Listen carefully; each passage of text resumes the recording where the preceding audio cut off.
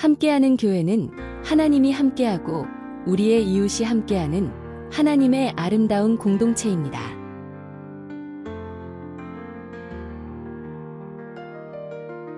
(2026년에는) 성령으로 함께하는 교회로 하나님의 인도하심을 따라 걸어갑시다.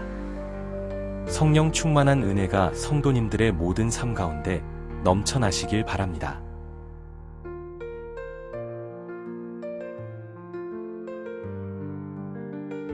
지난 주일 말씀을 기억하시나요? 교회에는 하나님 아버지가 계시기에 교회는 어머니의 품처럼 따뜻한 곳입니다. 우리는 그 아버지 하나님 안에서 이웃과 성도를 사랑하는 법을 배우고 그 사랑 안에서 교회는 또 하나의 가족이 됩니다. 함께하는 교회가 행복한 교회가 되고 모두가 행복한 신앙생활을 누리기를 소망합니다.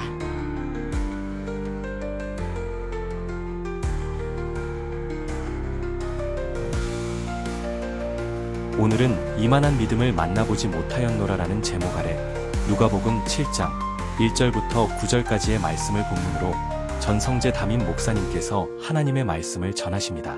말씀을 통해 풍성한 은혜를 누리시길 바랍니다.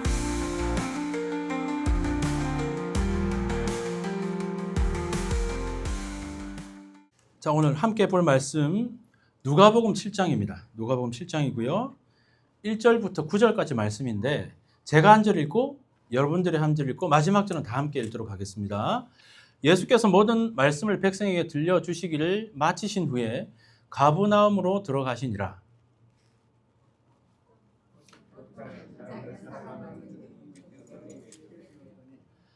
예수의 소문을 듣고 유대인의 장로 몇 사람을 예수께 보내어 오셔서 그 종을 구해 주시기를 청한지라.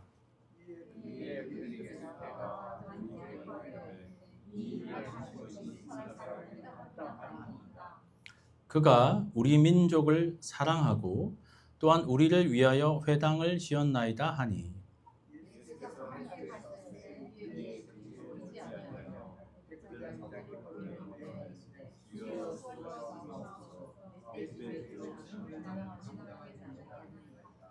그러므로 내가 죽게 나가기도 감당하지 못할 줄을 알았나이다. 말씀만 하사 내 하인을 낫게 하소서.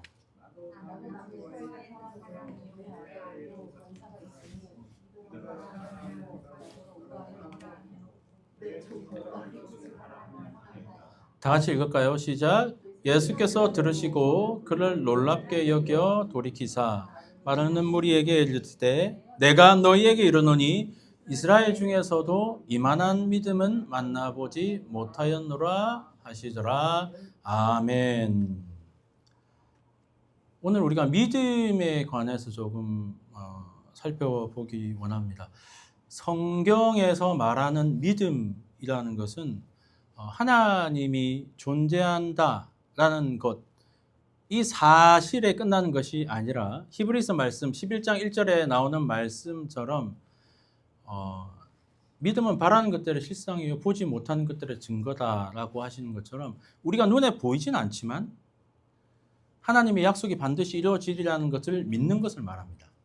또한 우리의 믿음이라는 것은 예수 그리스도께서 또 살으셨고 또한 죽으셨고 부활하신 그 사건들이 역사적 사건으로 끝나는 것이 아니라 그것을 내가 받아들이고 또한 그분과 내가 영적으로 하나가 되는 그 과정을 믿음이라고 합니다. 또한 우리의 믿음이라는 것은 우리 자신의 선행이나 또한 우리의 자신의 노력이 아닌 오로지 하나님의 은혜를 구하는 것을 믿음이라고 합니다. 또한 믿음이라는 것은 야고보서 말씀에 나오듯이 영혼이 없는 몸이 죽은 것 같이 행함이 없는 믿음은 죽은 것이다 라는 말씀처럼 우리의 믿음은 사랑이라는 실천적인 행동으로 증명이 돼야 되며 믿음이 사랑의 실천이 없다면 그것은 온전한 믿음이 아니다라는 것이죠. 그런데 이 믿음에 대해서 이렇게 정의를 내리고 우리가 알고 있는데 교회 다니다 보면 믿음이 좋다고 하는 분들 또 믿음이 신앙생활을 오래 했다고 하시는 분들 보면 어때요? 그분들의 말이나 행동이나 이런 결정되어지는 것들을 보면 하나님 앞에 또 사람 앞에 실망스러운 모습들을 보일 때가 있습니다. 그런 상황들을 보면 우리가 어떻습니까? 진짜 믿음인가? 진짜 믿음이란 무엇인가에 대해서 궁금해질 때가 많이 있다는 것입니다. 그래서 오늘 성경에 보면, 오늘 읽었던 그 성경에 보면 믿음에 관해서 예수님께서 그 답을 우리에게 이야기를 해 주시고 계십니다. 9절 말씀 우리가 한번 읽어봤으면 좋겠네요. 다시 한 번 더 우리가 9절 말씀을 같이 한번 제가 읽어드릴게요. 9절 말씀에 보면 예수께서 들으시고 그를 놀랍게 여겨 돌이키사 따르는 무리에게 이르시되 내가 너희에게 이르노니 뭐라고 하셨죠? 이스라엘 중에서도 이만한 믿음은 만나보지 못하였노라 하시더라. 이 말을 오늘날로 말하면 뭐예요? 예수님이 이 어떤 사람한테 이야기하기를 뭐라고 이야기하냐면 이 믿음이 진짜 믿음이다. 그 말씀을 하시는 거예요. 이 말은 예수님이 백부장에게 하신 말씀인데요. 예수님이 놀라시면서 하신 말씀이라는 것이죠.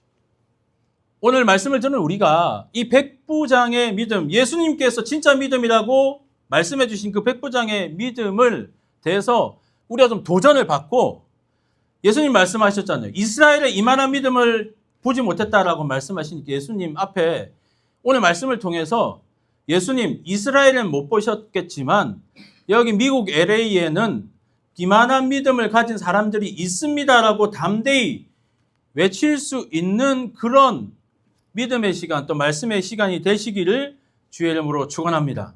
그렇다면요. 오늘 예수님이 이만한 믿음이 없다라고 말씀하신 그 백부장은 어떤 믿음이었는가? 이에 대해서 우리가 하나하나 우리가 한번 말씀을 통해서 살펴보기 원합니다. 첫 번째의 백부장의 믿음은요. 사랑이 있는 믿음이었습니다. 1절에서 5절까지 말씀인데요.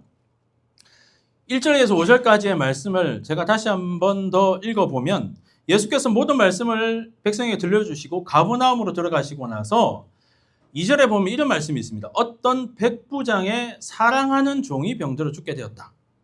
라고 말씀을 하고 또 5절에 보면 그가 우리 민족을 사랑하고 또한 우리를 위하여 회당을 지었다라는 말씀이 나옵니다. 오늘 성경이 말씀하신 백부장의 믿음이라는 것은 사랑이 있는 믿음입니다. 예수님이 인정하시는 믿음이라는 것은 사랑이 있는 믿음이라는 것이죠. 먼저 백부장, 이 단어가 좀 생소하실 수 있을 것 같아서 백부장에 대해서 말씀을 드리자면 오늘 성경의 배경에 나오는 이스라엘이라는 나라가 있고 로마라는 나라가 있습니다. 이스라엘은요 지금 로마의 아래 있습니다. 예전에 우리 한국이 일본의 속국이 그 지배를 당했던 그런 아픈 역사가 있잖아요. 이 당시에 지금 상황은 뭐냐면 이스라엘이라는 나라가 로마의 지금 지배 아래 있는 겁니다. 그런데 이 백부장은 누구냐면 이 지배하고 있는 로마라는 나라의 100명의 군사를 거느리고 있는 장군을 칭하기를 백부장이라고 이야기한다는 것이죠. 이 로마 지배하고 있는 나라, 승승장구하고 있는 나라의 로마라는 나라의 100명의 군사를 거느리고 있는 백부장이라면 어느 정도의 위치일지 우리는 대충 짐작이 가잖아요. 정말 대단한 높은 권력과 힘이 있는 위치입니다. 그런 권위가 있는 자리이고 또 그런 위치라는 것이죠. 또 하나 오늘 2절 말씀에 보면 사랑하신 종이라고 이야기 나오는데요. 이 당시 시대에 종이라는 개념은 뭐냐면 오늘날과 같은 종은 사람이긴 하지만 그 당시에는 종에 대해서는 물건으로 취급할 정도로 이 주인과 종의 관계는 종이라는 것은 물건으로 취급할 정도로 그러니까 주인이 쉽게 말해서 종을 그냥 죽여도 사람들이 아무렇게 생각하지 않는 그런 시대적 배경이 있다는 거예요. 그래서 오늘 말씀에 나오는 이 백부장이 2절에 보면 사랑하는 종이라는 표현이 굉장히 어쩌면 이 당시 시대에는 생소한 표현이고 정말 이 대단한 표현이라는 것입니다. 백부장은요. 당시 사람들이 물건으로 여겼던 종을 인간으로 여기고 종을 하나님이 창조하신 천하보다 귀한 피조물로 생각해서 사랑했다는 것을 성경은 우리에게 가르쳐주고 있다는 것입니다. 이것이 백부장이 그 안에 있는 믿음이 있지만 그 안에 이웃을 사랑하는 그 사랑하는 마음이 있었다는 것이죠. 백부장은 위치가 권위가 있고 힘이 있고 그러한 높은 자리에 있지만 이기적이거나 또한 권위의식에 사로잡혀 있는 그런 모습이 아니라 나보다 남을 생각하고 남의 입장에서 이해해 줄 수 있는 따뜻한 마음을 가졌던 사람이 백부장이라는 종이었다라는 것입니다. 그래서 백부장이 사랑하는 종이라는 말은 백부장이 그런 믿음에 사랑하는 믿음이 있었다라는 것을 우리는 성경을 통해 확인할 수 있다는 것입니다. 또 한 가지는 뭐냐면 5절에 보면 아까 말씀을 드렸죠. 5절에 보면 백부장이 또 뭘 했냐면 백부장이 우리 민족을 사랑하고 또한 우리를 위하여 회당을 지었다라고 성경은 이야기합니다. 백부장은 로마 사람이었고 우리 민족이라는 것은 이스라엘입니다. 그래서 로마 지배 아래에 있고 이 이스라엘 민족들이 핍박을 당하고 어려움을 당하는 그런 속국 이스라엘을 로마 사람 더군다나 백부장이 사랑했다라는 것입니다. 그래서 그 이스라엘 민족을 사랑해서 그들을 위해서 뭘 지어줬다고요? 회당을 지어줬다라고. 회당은 오늘날로 말하면 뭐죠? 교회입니다, 여러분. 그 당시에는 회당에서 유대인들이 예배를 드리고 예수님도 그 회당에 가셔서 말씀을 선포하시기도 하고 하셨다는 것이죠. 근데 이 회당을 누가 지어줬다고요? 로마의 장군이 이스라엘의 회당을 지어줬다는 거예요. 이게 보통 생각으로는 이것이 가능하기 어려운 상황이라는 것이죠. 오늘날로도 생각을 한번 해보십시오, 여러분. 예수님을 전혀 믿지 않는 사람이 어느 날 내가 교회를 지어주겠다 한번 생각해 보십시오. 교회 짓는 게 어렵습니까? 쉽습니까? 우리 지금 이것만 해도 지금 자리가 없어가지고 이 지금 더운데 에어컨이 나오지도 못하는 이런 어려운 상황 가운데서 예배를 드린 교회를 짓고 교회를 세운다는 것은 지극히 어려운 일입니다. 그 당시에는 더더욱 그랬고요.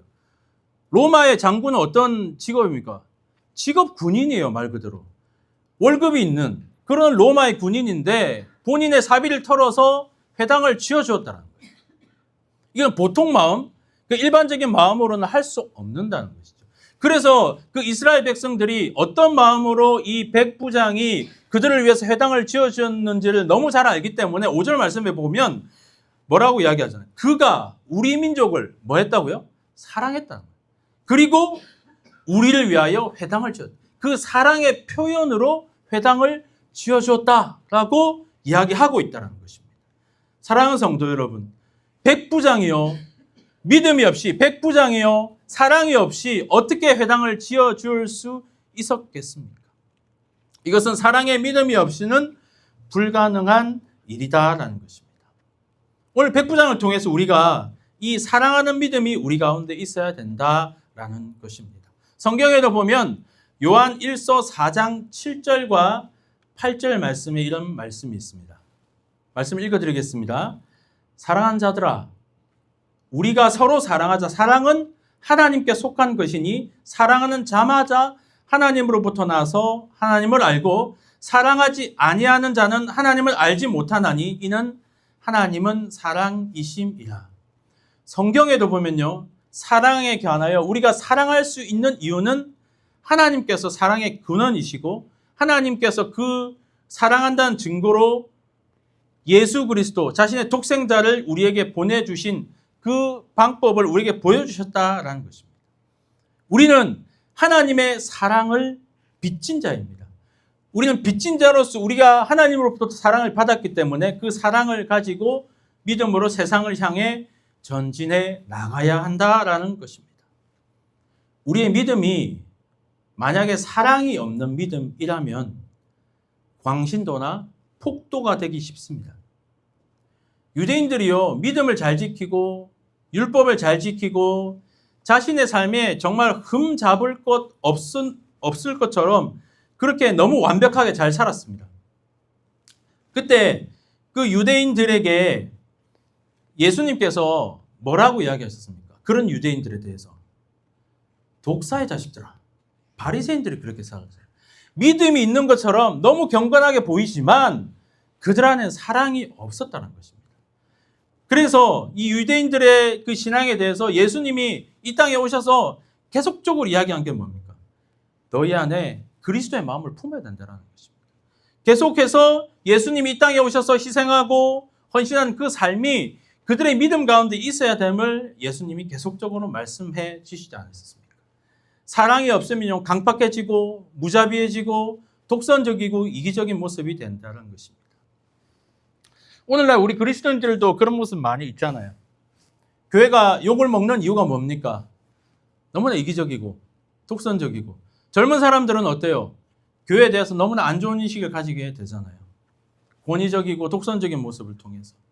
이제부터라도 오늘 우리가 이 백부장의 믿음을 통해서 또 사랑하는 믿음을 통해서 그 하나님의 우리의 믿음 안에 하나님의 사랑을 정말 듬뿍 담아야 될 줄 믿습니다. 요한일서 4장 2절 말씀에 보면 이런 말씀이 있습니다. 누구든지 하나님을 사랑하노라고 그 형제를 미워하면 이는 거짓말하는 자니 보는 바 그 형제를 사랑치 않는 자가 보지 못한 바 하나님을 사랑할 수 없느니라라고 말씀하셨습니다. 저는 바라기는 오늘 말씀을 듣는 우리 모두 성도님들 가운데 사랑이 있는 믿음의 그리스도인들이 되시기를 주의 이름으로 축원합니다. 하나님이 우리에게 힘을 주시고 로마의 장군처럼 우리에게 어떤 권위를 주시고 또 어떤 위치에 우리를 세워주시고 우리에게 어떤 물질의 풍요를 주셨다면요. 우리는 그것으로 주님의 이름으로 그를 사랑을 표현하고 또한 실천하고 그것을 통해 사랑이 담겨있는 믿음의 삶을 살 수 있게 되시기를 주의 이름으로 축원합니다. 우리의 삶은요. 예수 그리스도를 닮아가고 또 예수 그리스도를 따르는 삶입니다. 주위에 어떤 어려운 사람, 병든 사람, 힘든 사람, 도움이 필요한 사람이 있다면 그들을 찾아가서 그들을 위해 사랑의 마음을 가지고 우리의 믿음을 실천할 수 있게 되시기를 주의 이름으로 축원합니다. 이것이 예수님이 높이 평가하는 칭찬하는 믿음의 모습인 줄 믿습니다. 그런 믿음의 사람, 믿음의 백부장의 사랑의 믿음이 우리 안에 가득해서 정말 주님으로부터 이만한 믿음을 내가 보지 못했다라는 그런 놀라운 축복의 또한 그런 사람이 될 수 있기를 주의 이름으로 축원합니다. 두 번째, 어떤 백부장에는 어떤 믿음의 모습이 있었냐 하면요. 겸손한 믿음이 있었습니다. 6절과 7절 말씀에 보면 6절 말씀 읽어드리겠습니다. 7절 말씀. 예수께서 함께 가실 때 이에 그 집이 멀지 아니하여 백부장이 벗들을 보내어 이르되 주여 수고하시지 마옵소서 내 집에 들어오심이 나는 감당하지 못하겠나이다. 그러므로 내가 주께 나아가기를 감당하지 못할 줄을 알았나이다. 말씀만 하사 내 하인을 낫게 하소서. 예수님이 인정하신 믿음은 겸손한 믿음입니다. 백부장이요. 유대의 장로들을 통해 가지고 자기 사랑하는 종이 아프다고 하니까 장로들을 통해 가지고 예수님한테 도움을 요청했어요. 예수님이 도움 요청하면 어떻게 했어요? 즉각 달려가셨겠죠. 그래서 백부장의 집에 그 하인을 종을 고치주기 위해서 가고 있었어요. 가고 있는데 예수님이 직접 온다는 게 도움은 요청했지만 직접 예수님이 자기 집에 온다는 소식을 듣고 백부장이 놀라서 자기 친구들한테 보내서 예수님 직접 안 오셔도 됩니다. 예수님이 말씀만 해주시면 우리 종이 나을 수 있습니다. 라고 이야기를 합니다. 백부장은 어떤 사람이었습니까? 이방인이었습니다. 로마의 장군이었습니다. 유대인들이 말하는 구원과는 먼 사람이었죠. 하지만 그는 이방인임에도 불구하고 유대인들 안에 있는 율법주의나 경건주의에 있는 모습이 아니라 그는 믿음의 그런 신앙을 주님의 주권을 인정하는 그런 믿음의 태도와 겸손한 믿음이 그 가운데 있었다는 것이죠. 그는 예수님께서 직접 와주셔서 직접 치료해 주시기를 원하는 그런 믿음보다 더 큰 믿음, 더 겸손한 믿음으로 예수님 직접 안 오셔도 됩니다. 예수님은 말씀만 하셔도 내 종이 병을 나을 수 있습니다라는 좀 더 낮은 자세로, 좀 더 겸손한 자세로 그 주님 앞에 나아간 모습을 우리는 볼 수 있게 된다는 것입니다. 성경은요, 예수님의 마음과 태도를 우리에게 계속적으로 강요합니다. 빌립보서 2장 3절에서 5절 말씀에다 보면 이런 말씀이 있습니다. 아무 일에게든지 다툼이나 허용을 하지 말고 오직 겸손한 마음으로 각각 자기보다 남을 낫게 여기고 각각 자기 일을 돌아볼 뿐더러 또한 각각 다른 사람의 일을 돌아보아 나의 기쁨을 충만하게 하라. 너희 안에 이 마음을 품으라. 곧 예수 그리스도의 마음이니라. 예수 그리스도의 마음이 곧 겸손한 마음이다라고 성경은 우리에게 가르쳐 주고 있다는 것입니다. 겸손한 믿음을 가진 사람에게는요, 다툼이 없습니다. 허세가 없고요, 솔직하고요, 진실합니다. 그리고 단순히 나를 낮추는 것이 아니라 나보다 상대가 더 귀하다라고 여기는 그런 태도가 있습니다. 내 일들을 돌아볼 뿐만 아니라 어려운 사람들의 일을 돌아보아 그 안에 하나님의 그 어려운 사람들의 일을 돌아보는 그 과정 중에 하나님이 담겨놓으신 그 참 기쁨을 누릴 줄 아는 삶을 살게 됩니다. 이 마음을 품는 것이 바로 예수님의 마음입니다. 교만함이라는 것은요, 교만한 마음이라는 것은요, 교만한 자세라는 것은요, 공동체를 무너뜨립니다.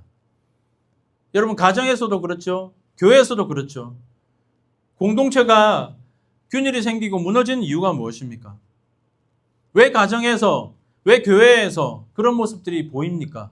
교만해지고 이기적인 태도, 그런 자세와 그런 모습을 통해서 그 가운데 악한 영들이 그 틈을 파고든다는 것입니다.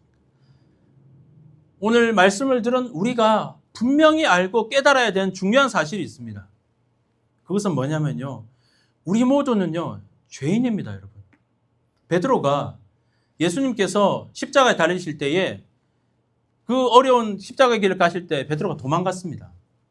그리고 도망가서 어부로 자기 원래 살던 그 직업으로 자리로 돌아갔습니다. 부활하신 주님이 예수님이 베드로를 찾아갔습니다.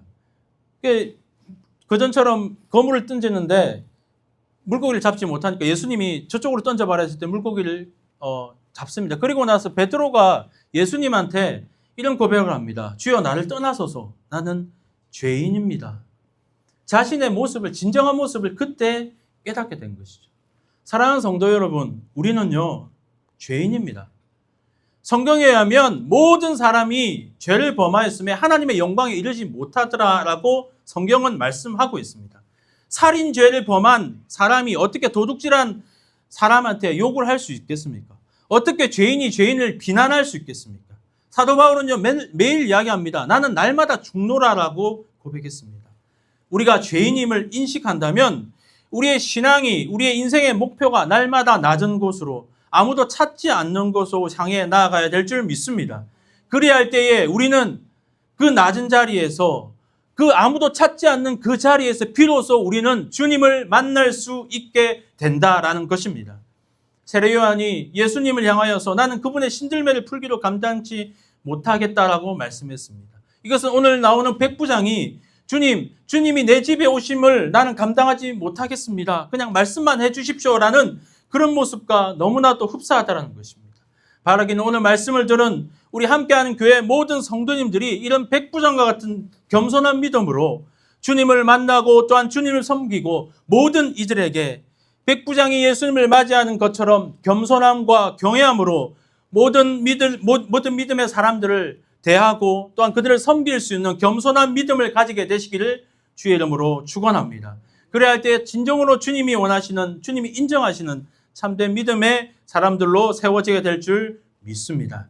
세 번째 주님이 우리에게 백부장의 믿음을 통해서 가르쳐 주시는 메시지는 뭐냐면요. 백부장의 믿음은 예수님을 놀라게 하는 믿음이 있었습니다. 9절 말씀에 우리가 읽었던 말씀이죠. 예수께서 들으시고 그를 놀랍게 여겨 돌이키사 따르는 무리에게 이르시되 내가 너희에게 이르노니 이스라엘 중에서 이만한 믿음은 만나보지 못하노라. 이 말씀에 보면 어떤 게 느껴집니까? 예수님이 깜짝 놀라는 이런 모습을 보게 됩니다. 예수님이 인정하는 믿음은요, 예수님을 놀라게 하고 감동시키는 믿음이라는 것입니다. 우리가 언제 놀랍니까, 여러분? 언제 깜짝 놀랐죠? 보통 어떤 예상하지 못한 일이 일어났을 때 우리는 깜짝 놀랍니다. 예수님이 놀라신 이유, 오늘 본문에서 볼 때 예수님이 놀라신 이유가 무엇일까? 예수님은요, 백부장이 자기를 불러서 자기의 종을 고쳐달라고 할 때 예수님은 그랬을 것 같아요. 내가 얼른 가서 빨리 손을 닦고 또 낫게 해줘야 되겠다. 이런 마음으로 얼른 달려가셨던 것 같아요. 사람들을 이끌고. 그런데 잠시 후에 보니까 백부장이 또 보낸 친구들이 와가지고 예수님 직접 안 오셔도 그 자리에서 말씀만 해주십시오라고 이야기를 했던 것 같아요. 근데 그런 상황들이 예수님이 보기에는 이 백부장의 믿음이 대단한 믿음이구나라는 것들을 보고 예수님이 놀라시기도 하고 마음속에 감동을 받으셨던 것 같아요. 그래서 이만한 믿음을 보지 못했다라고 예수님이 말씀하셨다라는 것입니다. 제가 목사이기도 하지만 여러분 교회에서도 보면 이제 막 신앙생활하는 성도가 어떤 믿음의 말과 믿음의 행동을 하면 어떻습니까? 놀라기도 하고 또한 감동을 받기도 합니다. 마음 한속 깊은 곳에 기쁨이 있고 행복이 생깁니다. 그런 믿음을 예수님을 말씀하시는 것 같습니다. 성경에도 이와 동일한 사건이 있는데요. 수로보니게 여인이 있습니다. 수로보니게 여인이 오늘 백부장처럼 수로보니게 여인도 이방인이었습니다.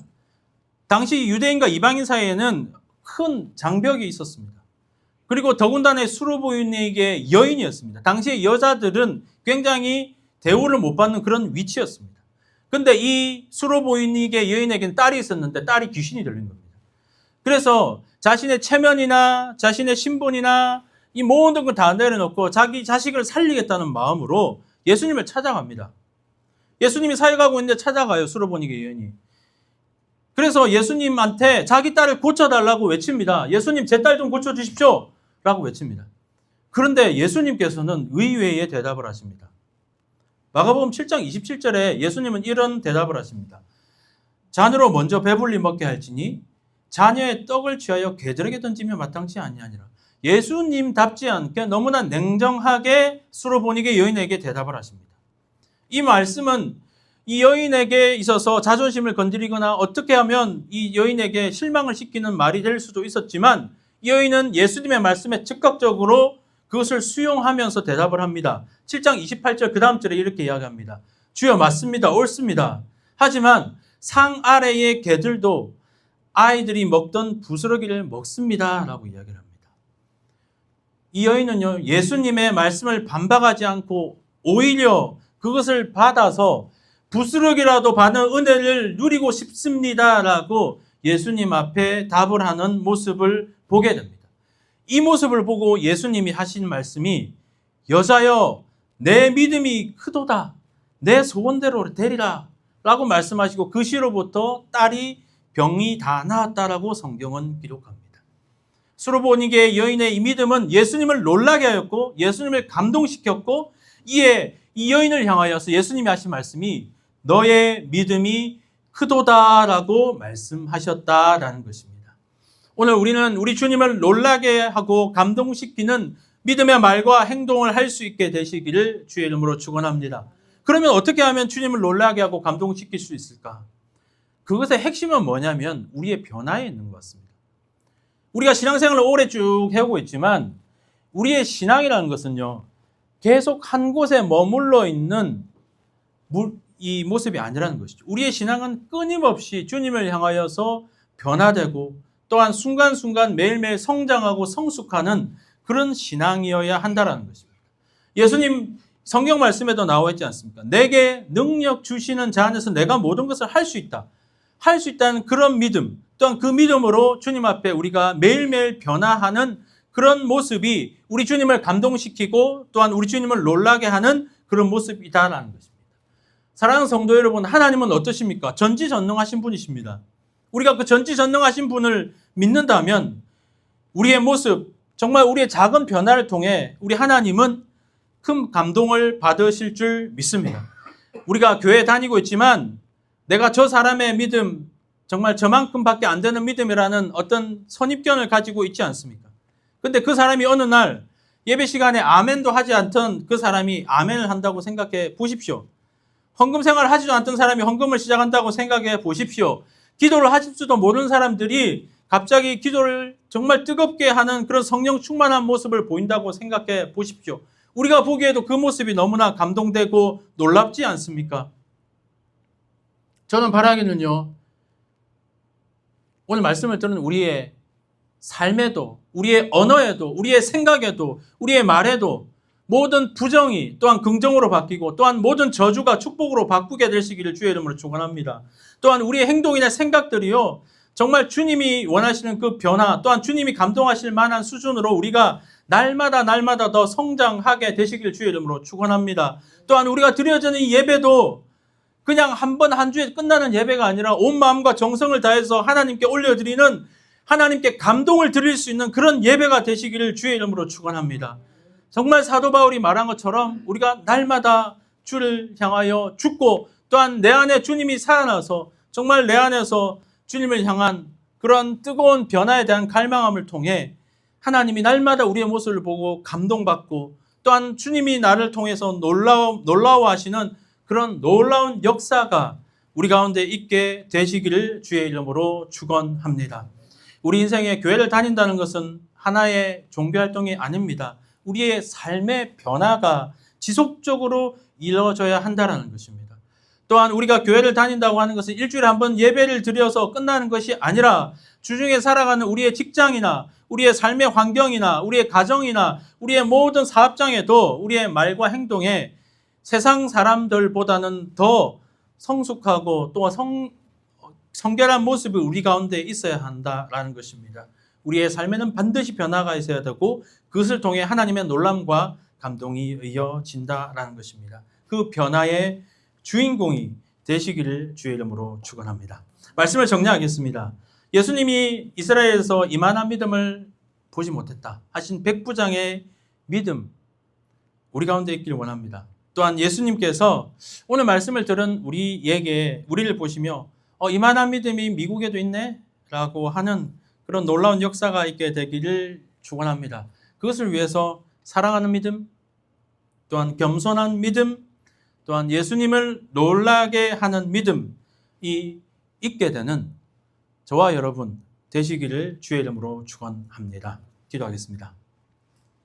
하나님 감사합니다. 오늘 백부정을 통해서 우리에게 믿음에 대해서 가르쳐 주시고 믿음의 도전을 주심을 감사합니다. 오늘 말씀 들은 우리가 이 말씀을 통해서 다시 한번 우리가 믿음에 대해 도전을 받게 하시고 우리의 믿음이 주님을 향하여서 더 전진해 나아가는 그런 계기가 되기를 원합니다. 성령 하나님, 성경에 나오는 백부장의 그 믿음, 백부장의 상황들 우리가 말씀을 통해 들었는데 우리는 그보다도 좀 더 낫지 않습니까? 주님, 우리에게 우리의 믿음 가운데 사랑을 담아 주십시오. 또한 우리의 믿음의 자세가 더 겸손하고 또 낮은 곳을 향하여 날마다 전진하게 해 주시고 우리가 어떻게 하면 주님을 더 감동시키고 또한 주님을 향하여서 기쁨을 드릴 수 있을까 늘 고민하고 하루하루 살아나가고 또한 믿음에 또한 진보가 있게 되는 우리의 믿음이 되기 원합니다. 성령 하나님 우리를 다스려 주시고 다음 한 주 살아나갈 때도 순간순간 이 믿음의 결단과 믿음의 도전이 삶 가운데 가득하게 되는 우리 모두가 되게 하여 주시옵소서. 감사합니다. 이 모든 것 주님께 맡겨드리며 우리 구 주 예수 그리스도의 이름으로 기도합니다. 아멘. 이제는 우리 구 주 예수 그리스도의 은혜와 하나님 아버지의 사랑하심과 성령 하나님의 교통하심이 오늘 백부장의 믿음을 도전받고 또한 사랑하는 믿음, 겸손한 믿음, 또한 주님을 감동시키는 믿음의 사람으로 살아가기로 작정하는 주의 귀한 백성들 머리 위에 이제로부터 영원까지 함께하여 주시옵기를 간절히 축원하옵나이다. 아멘.